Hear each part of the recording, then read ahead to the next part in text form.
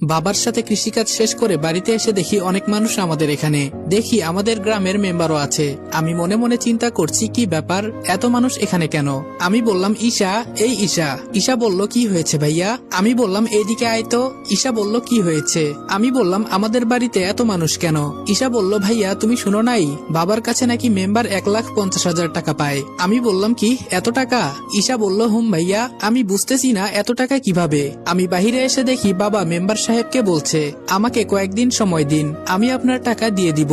Member বলল কোনো সময় দেওয়া যাবে না, কালকের ভেতরে আমার টাকা চাই।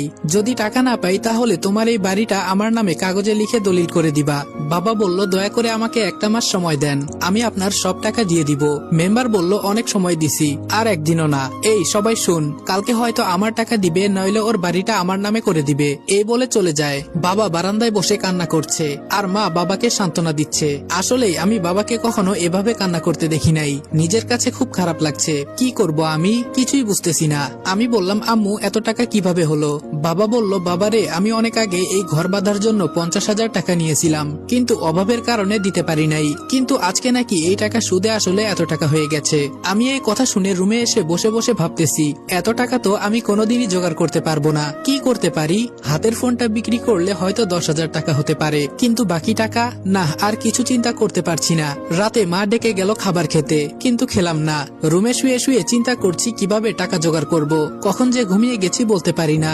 সকালে যখন ঘুম ভাঙলো তখন শুনি আম্মু কান্না করছে। আমি তাড়াতাড়ি আম্মুর রুমে গিয়ে দেখি বাবার গলায় দড়ি ঝোলানো ফ্যানের সাথে, আর আমার মা বাবার পায়ে ধরে কান্না করছে। আমি ফ্যান থেকে বাবাকে ধরে বিছানার উপরে রাখলাম। আজকে কেন জানি মনে হচ্ছে আমাকে ছায়া দেওয়ার মতো কোনো মানুষ আর নেই।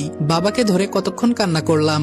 বাবার কাফনের কাপড় সবকিছু রেডি করে বাবাকে কবরে রাখা হলো। আজকে এই টাকার জন্য আমার বাবা মারা গেছে। আমি ছাড়বো না কাউকে, সব কয়টাকে দেখে নিব। শুধু একটু সময়ের অপেক্ষা। আজকে প্রায় 3 দিন হয়। রাতে আমাদের বাসায় মেম্বার এসেছে। মেম্বার বলল রনি এদিকে আসো তো একটু। আমি বললাম জি আঙ্কেল বলেন। ভেতরে রাগে আমার শরীরটা ফেটে যাচ্ছে। মেম্বার বলল তোমার বাবা মারা গেছেন, আমি খুবই দুঃখ পাইছি। তোমার টাকাও দিতে হবে না, ঘরও দিতে হবে না, যদি আমার কথা মানো। আমি বললাম জি বলেন, কি করতে হবে আমাকে? শয়তানের সব সময় শয়তানি বুদ্ধি থাকে। মেম্বার বলল আমার মেয়েকে তোমার বিয়ে করতে হবে, তাহলে তোমার সব টাকা আমি মাফ করে দিমু। আম্মু বলল না না, আমার ছেলে এখন বিয়ে করবে না। আর আপনার মেয়েকে? ছি। মেম্বার বলল মুখ সামলিয়ে কথা বল। আমার মেয়েকে যে বিয়ে করবে ওর এটা ভাগ্য। আর টাকাগুলো তো মাফ দিতেছি, ভালো লাগতেছে না? এত টাকা দিতে পারবেন? আমি বললাম আমাকে একটু চিন্তা করতে দেন, আমি আপনাকে পরে জানাবো। মেম্বার বলল কোনো চিন্তা করা করি নাই, হয়তো টাকা দিবা নইলে আমার মেয়েকে বিয়ে করবা। যাই করবা তাড়াতাড়ি বলো, আমার অনেক কাজ আছে। আমি বললাম এত টাকা আমি কই পাবো? বর্তমানে বিয়ের কথা বলি, পরে যা হবার তাই হবে। মেম্বার বলল কি হলো বলো। আমি বললাম জি আমি রাজি, আপনার কথায় আমি আপনার মেয়েকে বিয়ে করব। মেম্বার বলল তাহলে আমি আগামীকাল কিছু মুরব্বী নিয়ে এসে বিয়ের দিন তারিখ ঠিক করবো নে, তাহলে আজকে আমি উঠি। এই বলে চলে গেল। আম্মু বলল বাবা তুই এটা কি করলি? তোর বাবার জন্য তুই কুরবানি হতে চাস কেন?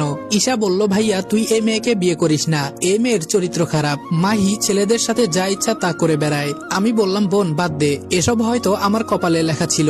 আম্মু বলল বাবা তুই এখান থেকে পালিয়ে যা, আমাদের যা হবার তাই হবে, তুই চিন্তা করিস না। আমি বললাম তোমাদের রেখে আমি পালিয়ে যাব এটা ভাবলা কি করে আম্মু? আম্মু বলল বাবারে তোর কষ্ট সহ্য করতে পারবো না, আমি চাই না আমার ছেলে তার বাবার মতো আত্মহত্যা করুক। আমি বললাম আম্মু এসব তুমি চিন্তা করিও না। এই বলে বাসা থেকে হেঁটে হেঁটে বের হয়ে গেলাম। কি করব কিছুই ভালো লাগছে না।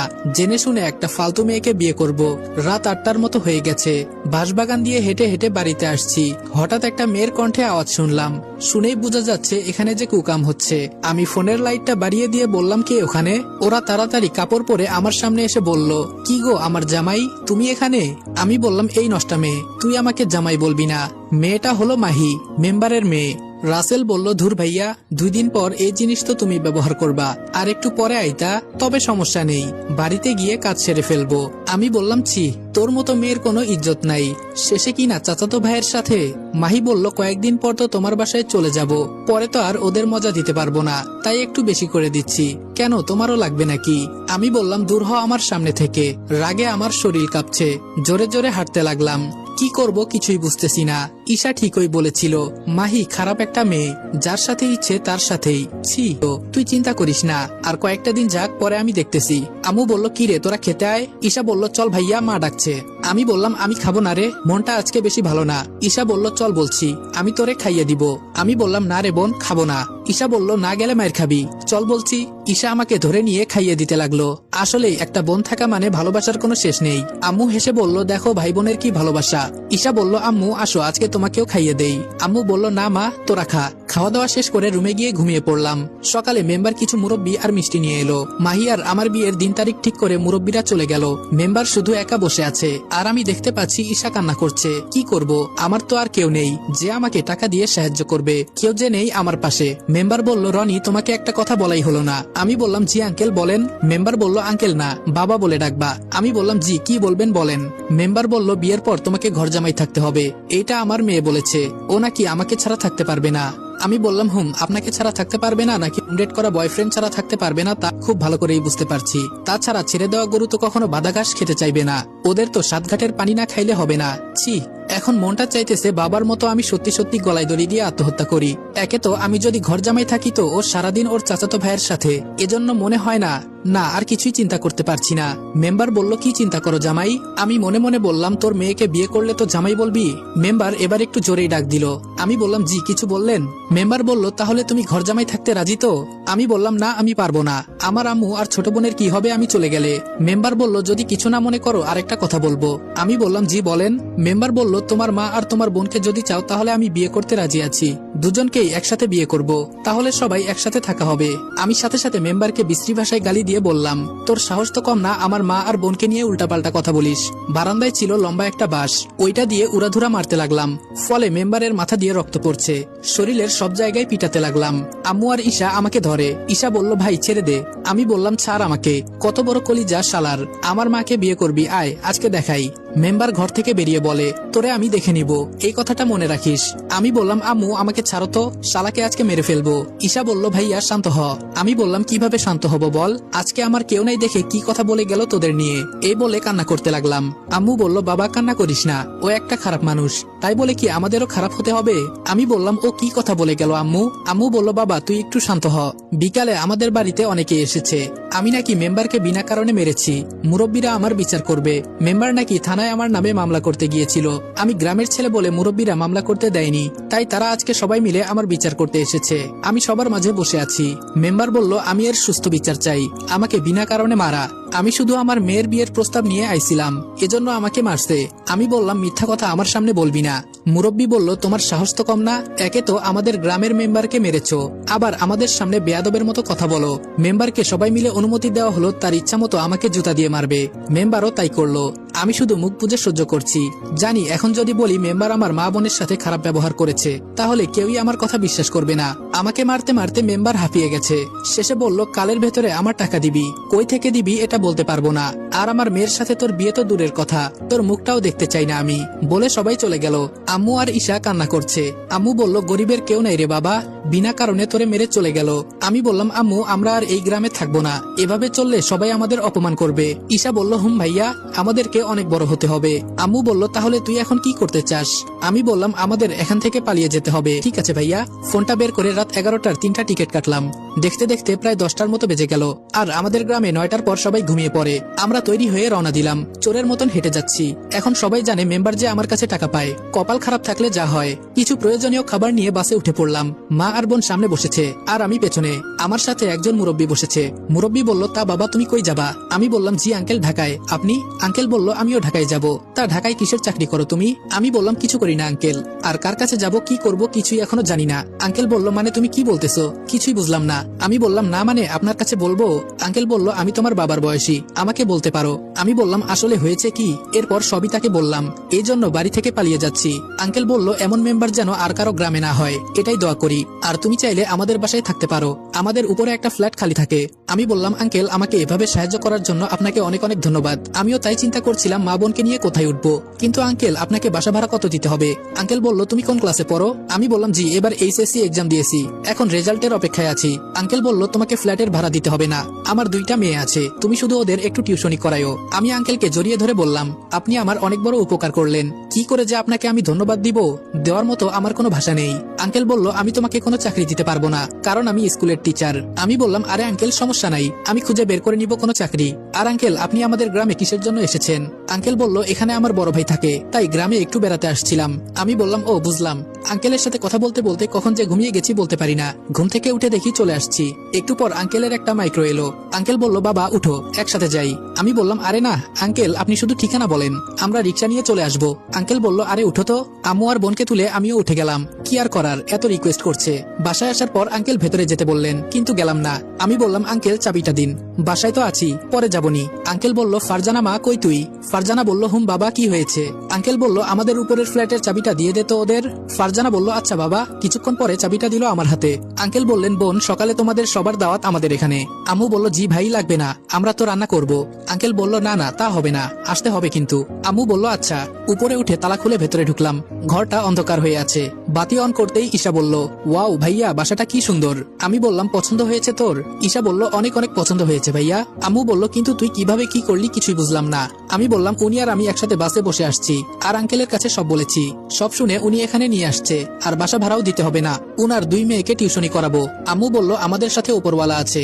আমি বললাম এখন ঘুমাও, সকালে সবকিছু রেডি করব। বিছানায় গিয়ে ঘুমিয়ে গেলাম। ফোনে সকাল 7টার অ্যালার্ম দিয়ে দিলাম, যদি হঠাৎ ঘুম থেকে না উঠতে পারি। সকালে ফোনের শব্দে ঘুম ভেঙে গেল। বাসা থেকে যখন বের হব তখন দেখি আঙ্কেল দাঁড়িয়ে আছে। আঙ্কেল বলল কই যাও বাবা এত সকাল সকাল? আমি বললাম জি আঙ্কেল একটু বাজার করতে যাব। আঙ্কেল বলল আমিও যাব, আসো তাহলে একসাথেই যাই। আঙ্কেল আর আমি বাজারের উদ্দেশ্যে রওনা দিলাম। আসলে আমার কাছে জমানো 30,000-এর মতো টাকা ছিল, এগুলো জমা করে রাখছিলাম। তবে বাহিরে আমার কোনো চাকরি করতে হবে, না হলে টাকার সমস্যা হয়ে যাবে। বাজার শেষ করে আবার বাসার উদ্দেশ্যে হাঁটতেছি। আঙ্কেল বললেন রনি তোমাকে একটা কথা বলতে চাই, জানি তোমার পড়াশোনা অনুযায়ী এই কথাটা বলা ঠিক না। আমি বললাম জি আঙ্কেল বলেন। আঙ্কেল বললেন আমার পরিচিত একজনের দোকানে একটা লোক লাগবে, সকালে আমাকে ফোন করে বলেছে আমি তোমাকে দিতে চাই। আমি মনে করি আপাতত তোমার এই চাকরিটা করা উচিত। আমি বললাম অবশ্যই করব আঙ্কেল। বেতনের কথা হয়েছে? আঙ্কেল বলল হুম 10,000 টাকা দিবে। আমি বললাম চলবে আঙ্কেল। আঙ্কেল বলল তাহলে আমি কি ফোন করে বলবো? আমি বললাম জি বলেন, কালকে থেকে আমি আসবো। আর আপনি এত তাড়াতাড়ি আমাকে আপন করে নিলেন, আপনার এই ঋণ আমি কোনোদিন শোধ করতে পারবো না। আঙ্কেল বলল আরে বাবা এমন করে বলো না, তুমি তো আমার ছেলের মতোই। আমি বললাম আঙ্কেল আজকে রাত থেকে আপনার মেয়েদের আমি পড়াবো। আঙ্কেল বললেন আচ্ছা। বাসায় এসে আম্মুর কাছে বাজারগুলো দিলাম। আমি বললাম আম্মু আমার চাকরি হয়ে গেছে, আর এসবের পিছনে আঙ্কেলের হাত আছে। আম্মু বলল উনি খুব ভালো মানুষ। আমি বললাম হুম আম্মু, নইলে দেখো তো আমার জন্য কত কিছুই করছেন। আচ্ছা আম্মু ঈশা কই? আম্মু বলল দেখ এখনো পড়ে পড়ে ঘুমাচ্ছে। আমি বললাম থাক, বেচারি কখনো রাত জাগে নাই, একটু ঘুমাক, এখন তুমি ডাক দিও না, অনেক সময় হয়ে গেল। আমি বসে বসে ফোন টিপছি, হঠাৎ শুনি দরজায় কলিং বেল বাজতেছে। আমি বললাম ঈশা দেখ তো কে এসেছে। ঈশা বলল যাইতেছি। ঈশা দরজা খুলতেই দেখলো একটা মেয়ে দাঁড়িয়ে আছে। ঈশা বলল কে আপু, আপনাকে তো চিনতে পারলাম না। মেয়েটা বলল জি আমার নাম মিতু, আমি বাড়িওয়ালার বড় মেয়ে। আমি মনে মনে চিন্তা করছি যাক বাবা এ তো দেখি অনেক বড় মেয়ে, তার মানে ফারজানাকে আর মিতুকে পড়াতে হবে। ঈশা বলল আপু আমার নাম ঈশা। মিতু বলল কি আপু আপু বলছো, তুমি তো আমার বড়। ঈশা বলল না আপনি আমার থেকে বড়। মিতু বলল তুমি কোন ক্লাসে পড়ো? ঈশা বলল কলেজে ভর্তি হব। মিতু বলল আমি এই বছর এসএসসি দিব, সেই হিসেবে তুমি আমার বড়। ঈশা বলল হুম। মিতু বলল তাহলে ফ্রেন্ড? ঈশা হাত মিলিয়ে বলল অবশ্যই। আমি বসে বসে সব দেখছি। মিতু বলল আন্টি কই? ঈশা বলল আম্মু তো ভেতরে রান্না করছে। মিতু বলল তা বললে কি হবে, আমাদের বাসায় যেতে হবে এখন। ঈশা বলল তুমি যাও আমরা আসছি। মিতু বলল তুমি কি তুই করে বলবা, আর আমি সবাইকে নিয়ে একসাথে যাব। ঈশা একটু হেসে বলল আচ্ছা তুই করেই বলবো। ভাইয়া আম্মুকে ডাক দে। মিতু বলল তাহলে কি এটা তোমার ভাই? ঈশা বলল হুম। মিতু বলল খুব কিউট তো। আমি সবাইকে নিয়ে নিচে গেলাম, আন্টিকে সালাম দিলাম। আম্মু আন্টির সাথে ভেতরে চলে গেল। আমি আর আঙ্কেল সোফায় বসে কথা বলছি। একটু পর সব রেডি হয়ে গেলে সবাই মিলে খেতে বসলাম। আঙ্কেল বললেন ফারজানা আর মিতু আজকে রাত থেকে রনি তোদের পড়াবে। ফারজানা বলল আচ্ছা বাবা। মিতু আস্তে করে বলল আমি তো তাই চাই। হঠাৎ আমার নজর পড়লো টিভিতে, একজন মেয়ে মন্ত্রীকে নিয়ে নিউজ বলতেছে। মেয়ে মন্ত্রীর পিক এত সুন্দর দেখে আমার বুকে কেমন জানি ধুকধুক করছে। এত সুন্দর মেয়ে আমি কখনো দেখি নাই। মনে মনে এক বস্তা ক্রাশ খাইলাম, আবার নিজের মাথায় নিজে চাপড় মেরে বললাম ফালতু চিন্তা করে লাভ নাই, উনি একজন মন্ত্রী, আমাদের মতো সামান্য মানুষ নিয়ে তিনি চিন্তা করবেন না। আঙ্কেল বললেন টিভিতে নিউজ দেখো, উনি নতুন মন্ত্রী হয়েছে, কিন্তু কয়েকদিন পর সামনে থেকেই দেখতে পারবা। উনি কিছুদিন পর ফারজানাদের স্কুলে আসবে। আমি বললাম এত অল্প বয়সে মন্ত্রী, বিষয়টা বুঝলাম না। আঙ্কেল বললেন যারা এসবের পিছনে লেগে থাকে তাদেরই হয়, বড় কথা হলো তুমি যেটা করতে চাও সেটার পেছনে তোমায় সময় দিতে হবে। আমি বললাম হুম আঙ্কেল ঠিক কথা বলেছেন। খাবার খেয়ে বাসায় চলে এলাম। আমি বললাম ঈশা এদিকে আয় তো। ঈশা বলল হুম ভাইয়া বল। আমি বললাম মিতুর সাথে কথা বলে দেখিস তো কোন কলেজে ভর্তি হলে তোর ভালো হবে। ঈশা বলল আচ্ছা ভাইয়া। রাতে পড়ানোর জন্য আঙ্কেলের বাসায় গেলাম। কলিং বেল বাজতেই আন্টি দরজা খুলে দিল। আন্টি বলল আসছো তুমি বাবা? আমি বললাম জি আন্টি। আন্টি আমাকে পড়ার ঘর দেখিয়ে দিলেন। আমি আন্টির দেখানো রুমে গিয়ে দেখি দুই বোন মিলে ফোনে লুডো খেলছে।